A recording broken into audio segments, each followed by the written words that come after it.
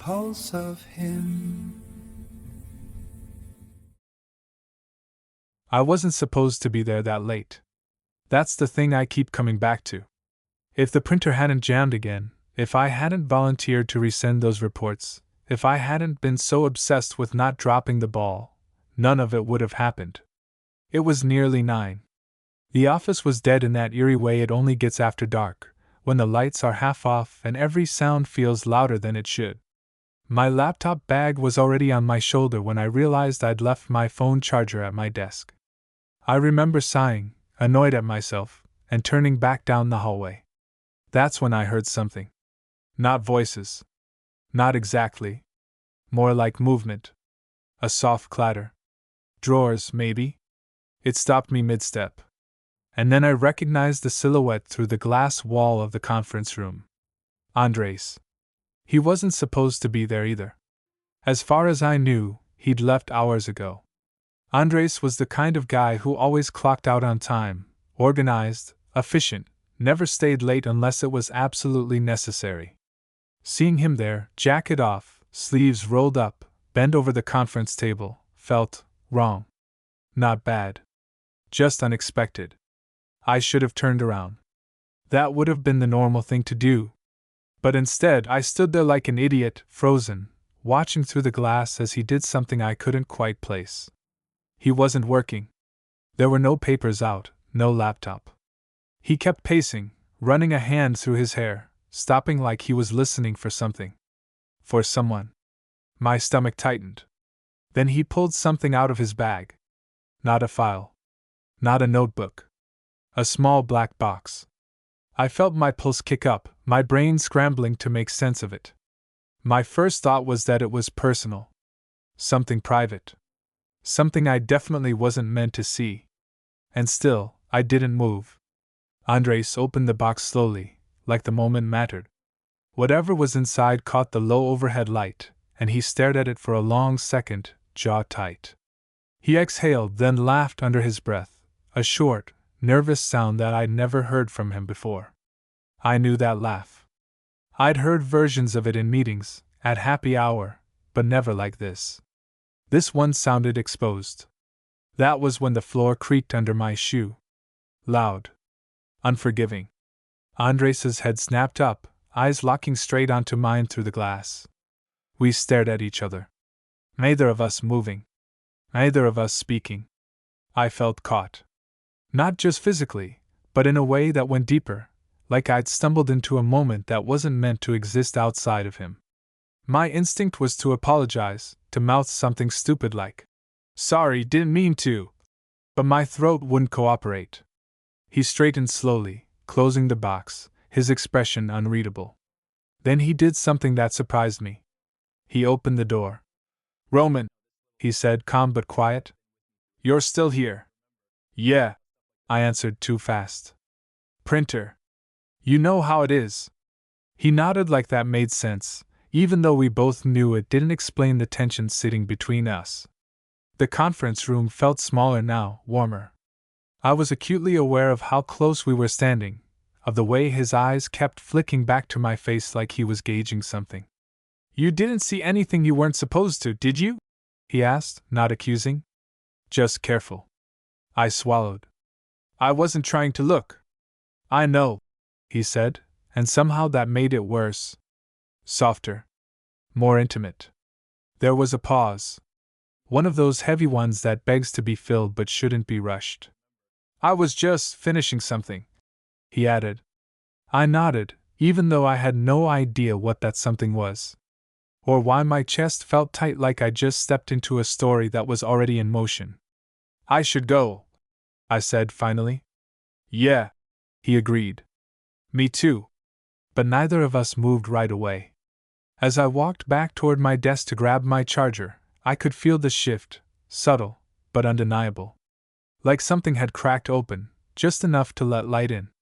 I didn't know what I'd seen. I didn't know what Andres had been doing. I only knew that whatever it was, I hadn't been meant to witness it. And now that I had, nothing felt quite the same. I didn't sleep much that night.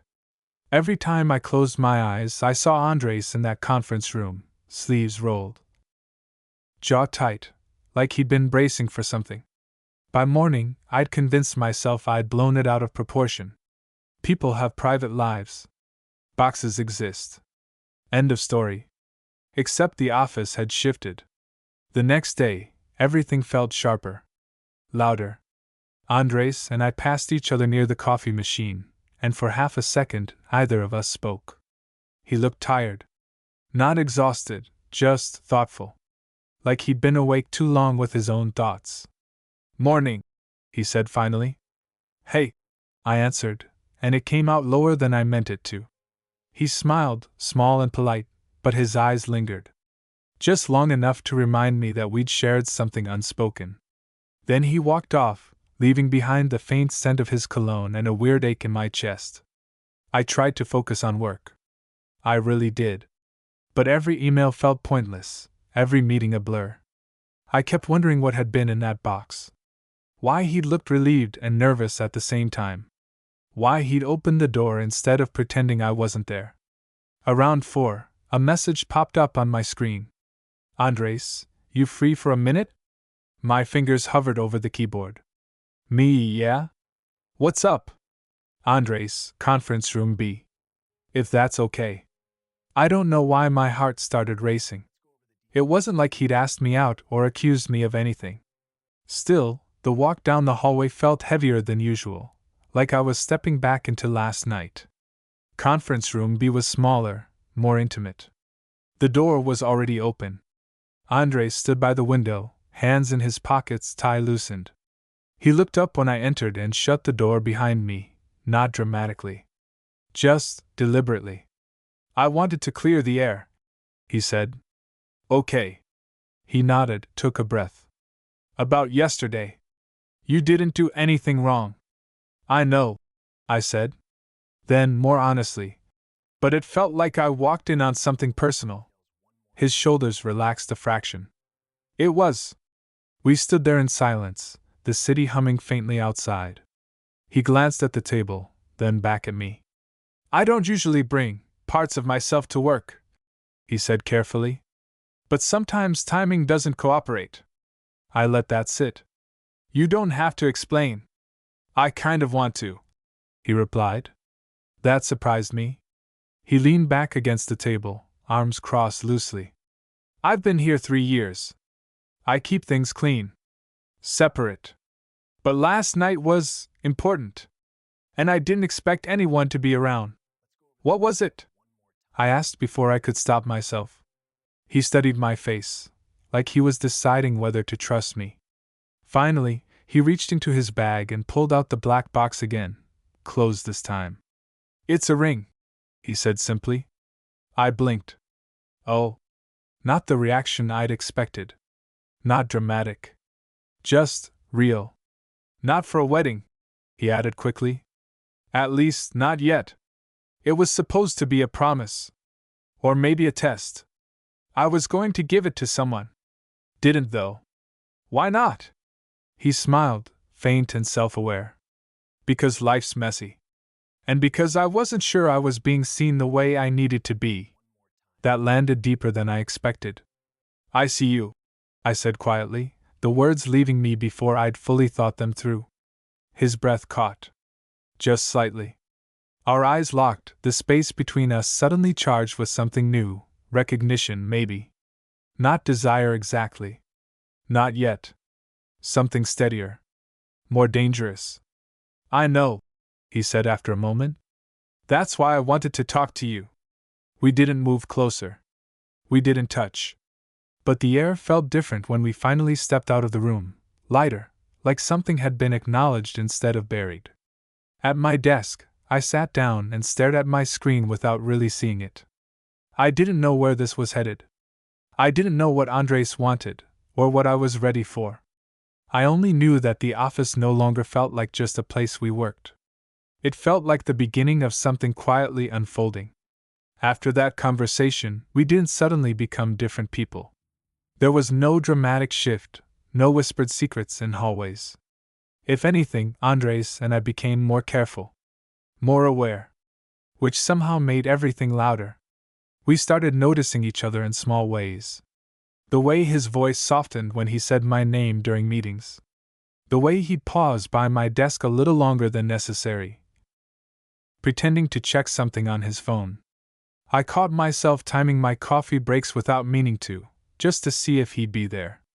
One evening, about a week later, the office emptied out faster than usual. Rain hammered against the windows, the city outside turning glossy and blurred. I was packing up when Andres appeared beside my desk. "You heading out?" he asked. "Yeah." "You?" He nodded. "Same. You mind if we walk for a bit? I could use air that doesn't smell like toner." I smiled. "Sure." We took the elevator down together in silence, not awkward, just full. The kind of quiet where you're both thinking the same thing and pretending you're not. Outside, the rain had slowed to a mist, cool and clean against my face. We didn't talk about work, or the ring, or anything heavy. We talked about food trucks we missed, about a terrible movie he'd watched on a plane once, about how neither of us were morning people but somehow still pretended otherwise. It felt easy. Disarming. At the corner where we usually split off, he stopped. Didn't say anything at first. Just stood there, hands in his pockets, rain dampening the shoulders of his coat. "Roman," he said eventually, quieter now. "I'm not great at undefined spaces." I waited. "I like knowing where I stand," he continued. "And lately, I feel like I'm standing somewhere new. With you." My chest tightened, not with fear, but with recognition. "I feel it too." He nodded, relieved. "Good." We stood there a moment longer, the city humming around us. He didn't reach for me. Didn't cross the line. Instead, he smiled, soft, genuine, and stepped back. "Get home safe," he said. "You too." I watched him walk away, rain catching in his hair, and realized I didn't feel restless or unsure. I felt settled. Like something had aligned without needing to be forced. That night, lying in bed, I thought about how easy it would be to rush this. To label it. To want more before it was ready. But what surprised me most was that I didn't feel the need to. Seeing Andres hadn't cracked my world open. It had steadied it. Whatever we were building, it was happening in quiet moments, shared glances, honest pauses, the simple act of choosing to keep the door open. And for the first time in a long while, that felt like enough. The next week settled into a strange, comfortable rhythm. Andres and I didn't text much, just the occasional check-in, a shared joke about a meeting running too long, but at the office, there was an undercurrent I couldn't ignore. Not tension exactly. More like awareness. Like we were both tuned to the same frequency. On Thursday, our manager dropped a last-minute deadline on us just before lunch. Nothing catastrophic, just enough to derail everyone's plans. By 6, the floor had mostly cleared out again, leaving behind the low hum of computers and the muted glow of desk lamps. Andres rolled his chair back and looked over at me. "Hungry?" "Starving. There's a place around the corner that stays open late," he said. "If you're up for it." I didn't hesitate. "Yeah. I am." We walked there without rushing, the evening air cool against our faces. The restaurant was small, almost empty, the kind of place with mismatched chairs and a chalkboard menu. We sat across from each other, knees almost touching under the table. Conversation came easily, too easily. He told me about growing up with parents who expected certainty, about learning early how to present a version of himself that felt acceptable. I listened, really listened, and felt something quiet lock into place inside me. "I don't usually talk about this stuff," he admitted, tracing the rim of his glass. "I'm glad you are," I said. On the walk back, we slowed near the office building, either of us eager to end the night. The streetlights cast soft halos on the pavement, and for a moment, we just stood there. "This is the part where things usually get complicated," Andres said lightly. "They don't have to," I replied. He studied my face, searching for something. Whatever he found there seemed to steady him. He stepped closer, not enough to cross a line, just enough to feel intentional. "Can I do something?" he asked. I nodded. He reached out, fingers brushing my wrist.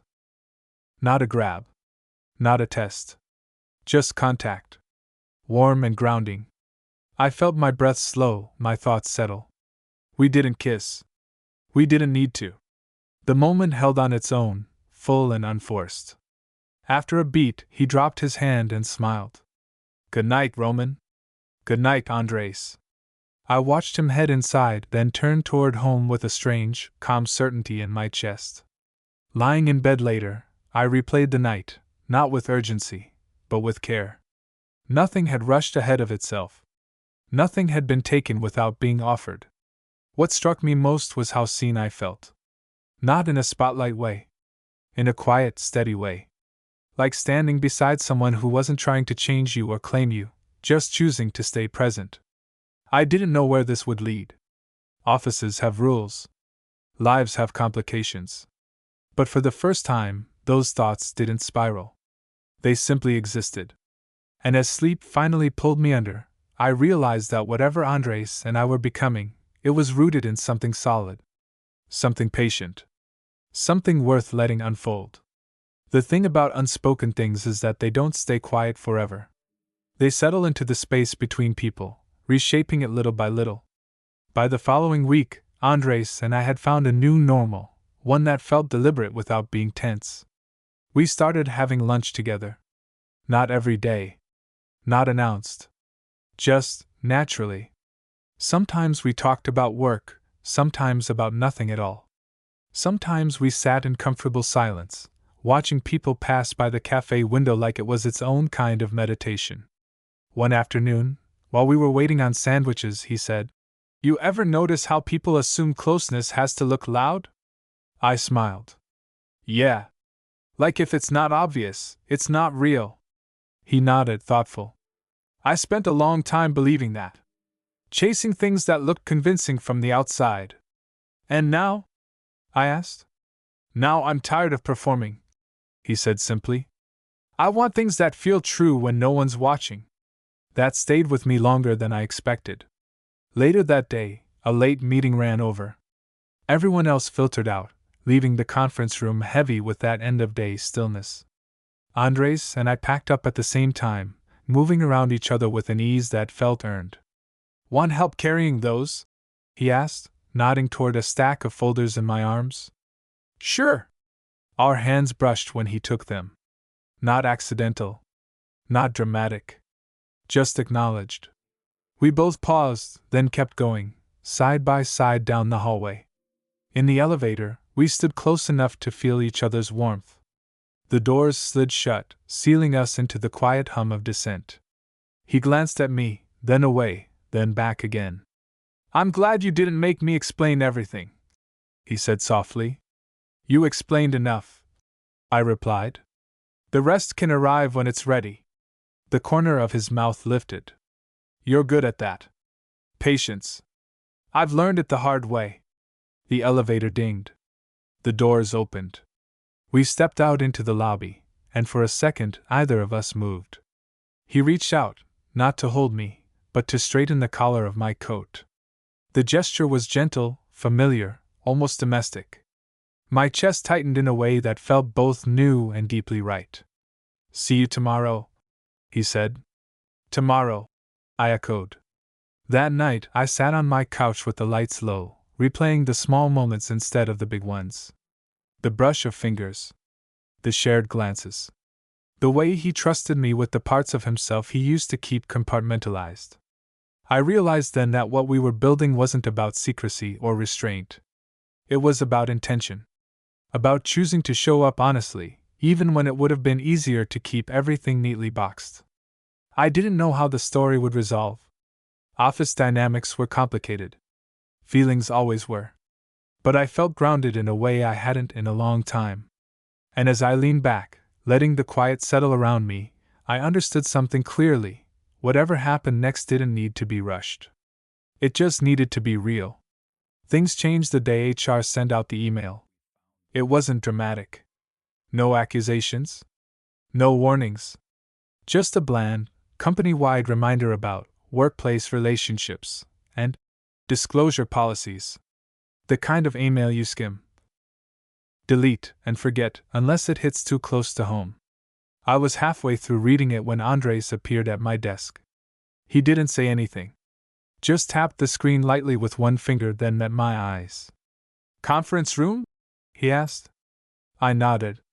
Inside, the door clicked shut behind us, and the silence felt heavier than usual. Not tense, just honest. Andres leaned against the table, arms crossed, gaze steady. "We need to talk about what this is," he said. Not hesitant. Not rushed. "Yeah," I replied. "We do." He let out a slow breath. "I don't regret any of it. I just don't want us pretending this doesn't exist if it does." I considered that. The careful way he said us dash. The way he wasn't backing away, but wasn't pushing either. "I don't want to hide," I said. "But I don't want to rush into labels just to make it easier for other people." His mouth curved into a small smile. "That's exactly what I was hoping you'd say." We stood there for a moment, absorbing the relief of being aligned. No fireworks. Just clarity. Later that evening, we left together again, this time intentionally. No pretense about it. Outside, the air was cool, the city settling into that low evening hum. We walked a few blocks without talking, the silence comfortable, companionable. "I was going to give that ring back," he said suddenly. I looked over. "Back?" "To the store," he clarified. "It represented something I thought I needed. A promise before I understood the shape of what I was promising." "And now?" I asked. "And now," he said, glancing at me, "I think I'm okay letting things be unfinished for a while." That felt like a gift. We stopped near my place. The building lights glowed softly behind me. He shifted his weight, hands in his pockets, familiar and steady. "I'd like to see you outside of work," he said. "Properly. No deadlines. No conference rooms." I smiled. "I'd like that too." This time, when he stepped closer, there was no hesitation. He didn't rush. Didn't claim. He leaned in just enough that our foreheads touched, breath warm against my skin. The contact was quiet, grounding. When we pulled back, either of us looked undone. Just certain. That night, alone again, I thought about how easily things could have gone differently. How fear or impatience might have derailed something that needed time to breathe. I thought about how rare it was to meet someone who didn't ask you to be louder, faster, or simpler than you were. What Andres and I had wasn't built on secrecy or adrenaline. It was built on attention. On choosing each other deliberately, even when it would have been easier not to. As I lay there, listening to the city settle outside my window, I felt a quiet confidence take root. Not about outcomes. Not about guarantees. Just about the fact that whatever came next, we were stepping into it with our eyes open. And that felt like more than enough. Seeing Andres outside the office for the first time felt strangely vulnerable. No desks. No shared deadlines. No excuse to hide behind professionalism. We met on a quiet Saturday afternoon at a small park near the river, the kind of place people go when they want space to think. He was already there when I arrived, sitting on a bench with a coffee in his hands, sleeves rolled up out of habit. When he looked up and smiled, it hit me how much of our connection had been built in stolen moments, and how different it felt to choose each other openly. "Hey," he said. "Hey." We walked without a plan, following the path along the water. Conversation came slower at first, more intentional. He told me about the person the ring had been meant for, not in detail, just enough to explain the weight it carried. I told him about my own tendency to stay careful too long, to wait until certainty felt safe. "At some point," he said, "you realize certainty never actually shows up. You just decide." I nodded. "Yeah. Or you miss it." We stopped near the railing overlooking the river. The water moved steadily below us, unbothered, patient. Andres rested his arms on the rail, then glanced at me. "I don't need promises," he said. "I just want honesty. If this ever stops feeling right, I want us to say it." "That's fair," I replied. "And if it keeps feeling right?" A small smile tugged at his mouth. Then we keep choosing it. This time, when he leaned in, there was no hesitation at all. The kiss was unhurried, soft, grounding, less about spark and more about alignment. When we pulled back, I felt calm instead of dizzy. Like something had settled into place instead of exploding. The weeks that followed weren't perfect, but they were real. We disclosed what we needed to.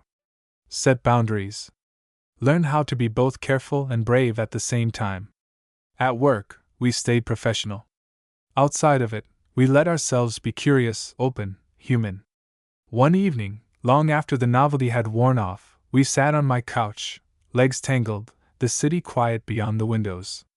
Andres leaned his head against my shoulder, exhaling like he'd finally stopped holding something in. "I'm glad you walked back for that charger," he said. I laughed softly. Me too. In that moment, it wasn't about how we'd started or where we might end up. It was about the fact that we'd seen each other clearly, after hours, after walls came down, and chosen not to look away. And that, more than anything, felt like the kind of story worth telling.